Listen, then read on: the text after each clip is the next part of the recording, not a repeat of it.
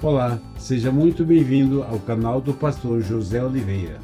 Antes do vídeo começar, já deixe a sua curtida, para que o vídeo alcance ainda mais pessoas. Abra o seu coração e fique com essa mensagem de fé, e que Deus te abençoe.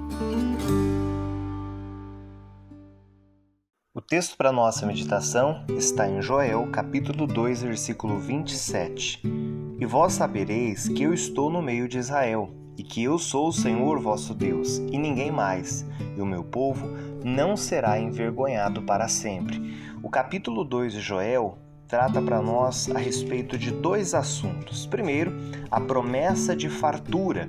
E a Bíblia começa no versículo 18 e vem até o 27 falando sobre aquilo que Deus iria fazer pelo povo, que Deus iria restituir os anos consumidos pelo gafanhoto, que Deus iria fazê-los prosperar com chuva, fazendo crescer o fruto do azeite, da uva, do trigo, dos cereais.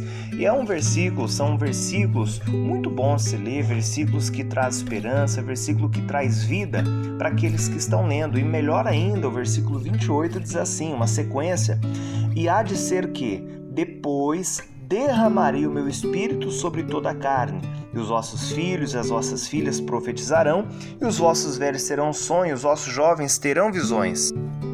É como se enxergássemos uma linha de grau de importância sobre aquilo que Deus queria para o seu povo. E o profeta, na verdade sacerdote Joel, ele começa falando sobre bênçãos materiais, só que depois é a promessa da efusão do Espírito, que o Senhor estaria no meio do povo, que o Espírito Santo estaria também, aqui Joel, claro, fazendo já uma menção à descida do Espírito Santo no dia de Pentecostes, em Atos capítulo 2, só que para que essa promessa de fartura aconteça, para que essa promessa do Espírito Santo sobre a vida da pessoa aconteça, o que seria necessário? Porque nós estamos vendo aqui promessas, algo que iria acontecer e, é claro, teria uma condicional também para que a pessoa tivesse essa fartura, essa abundância na vida e principalmente da presença do Senhor. Joel, ele na verdade foi um dos primeiros profetas, mais antigo que Isaías, os profetas maiores. É que a nossa Bíblia, ela não é organizada em linha cronológica, não na ordem que os fatos foram escritos. Então Joel, antes de muitos profetas, alguns acreditam que ele foi o primeiro profeta a escrever, o Joel ele fala para nós a respeito de coisas que iriam ainda acontecer e ele tenta alertar o povo para o povo se voltar para Deus, para o povo voltar para o Senhor, para não serem levados cativos para a Babilônia. Só que infelizmente o povo não deu ouvidos, foram levados cativos sim, mas ele deixa essa mensagem importante para nós. Só que não tem como eu falar sobre a promessa da fartura, falar da promessa da efusão do Espírito, sem falar qual a condicional para que isso aconteça na minha vida. Então a gente precisa voltar um pouco à leitura de Joel capítulo 2 e irmos ao versículo 12, que diz assim: ainda assim, agora mesmo, diz o Senhor, convertei-vos a mim de todo o vosso coração, e isso com jejuns e com choro e com pranto, e rasgai o vosso coração e não as vossas vestes, e convertei-vos ao Senhor vosso Deus, porque Ele é misericordioso e compassivo e tardio em irar-se e grande em beneficência e arrepende-se do mal. Então nós estamos vendo aqui, para que a promessa de fartura, de bênçãos, tanto materiais como espirituais, aconteçam em nossa vida, qual é a condicional? E ele explica para nós um pouco antes, dizendo: convertei-vos a mim de todo o coração. O problema de muitas pessoas é não servir ao Senhor de todo o coração. A Bíblia fala para nós, em 2 Crônicas 25, sobre o rei Amazias, que era um rei de Judá.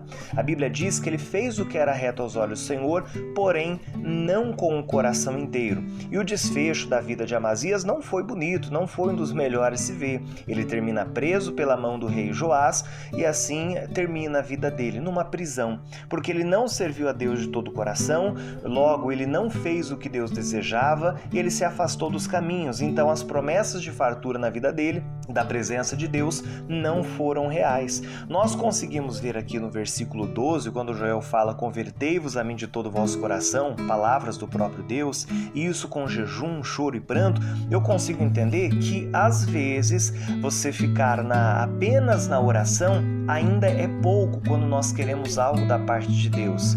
O Senhor Jesus nos orienta em Lucas 18 sobre o dever de orar sempre e não desfalecer. Só que tem uma passagem também curiosa em Mateus Mateus 17, onde os discípulos tentam expulsar o demônio de um jovem lunático e não conseguem. Depois disso, eles chamam Jesus de canto e perguntam: Jesus, por que nós não conseguimos? E Jesus explica: há castas de demônios que só saem com jejum e oração. Então, quando Joel está dizendo aqui para nós, convertei-vos de todo o coração, isso com jejum, com choro, com pranto, é com uma grande intensidade. Não adianta a gente buscar Deus de maneira morna, de maneira rasa, sem se aprofundar. O jejum, Deus se agrada do jejum? Claro que se agrada. Ele se agrada do choro, do pranto? Claro que se agrada. E quando eu digo choro, pranto, eu não estou dizendo algo apenas exterior, porque no versículo seguinte ele diz: rasgue o coração e não as vestes. Nós devemos apresentar para Deus um coração contrito, mas entregue de verdade para Ele. Caso contrário, a gente não vai conseguir alcançar nada da parte do Senhor. Imagina você que está acostumado a receber um bom dia, uma boa tarde, uma boa noite de uma pessoa, e isso já faz parte do dia a dia. Mas imagina que essa pessoa, ao invés de mandar para você um bom dia, boa tarde, boa noite, ela vai até a sua casa para desejar um bom dia. E você, gostando dessa pessoa, claro que você vai se alegrar com isso. Assim, eu penso também que o nosso relacionamento com Deus deve ser um relacionamento onde venhamos surpreender a Deus com orações em momentos inesperados, surpreender a Deus com jejuns, propósitos que estamos fazendo apenas para ter mais do Senhor sobre nossa vida. A Bíblia diz no Salmo 51:17 que Deus não resiste a um coração contrito e quebrantado. Não adianta eu querer ter muito de Deus se eu não faço muito por Ele. O nosso Senhor Jesus, quando inicia o ministério, ele separa os primeiros 40 dias para fazer um jejum. E 40 dias no jejum, no deserto, ele jejua e então inicia o ministério. Então existem batalhas na vida que devemos intensificar a nossa busca. Todo mundo gosta quando lê em Tiago que a oração do justo pode muito em seus efeitos. Só que se você olhar todo o contexto, a Bíblia está fazendo menção a Elias, quando ele se apresenta diante do rei Acabe dizendo que não haveria chuva. A Bíblia fala lá em Tiago que ele ora antes e depois ele também ora ao Senhor para que a chuva desça 3 anos e meio depois.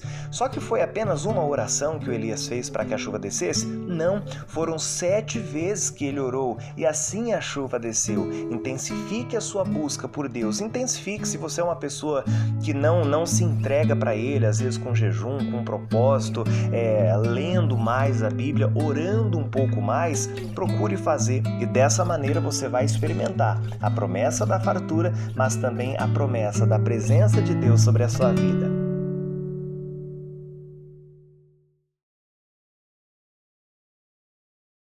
Essa foi a mensagem de hoje. Se você gostou, comente aqui embaixo o que Deus falou com você. E não se esqueça de compartilhar com seus amigos. Para não perder mais nenhum vídeo, se inscreva no canal e ative o sininho. Fique com Deus e até mais.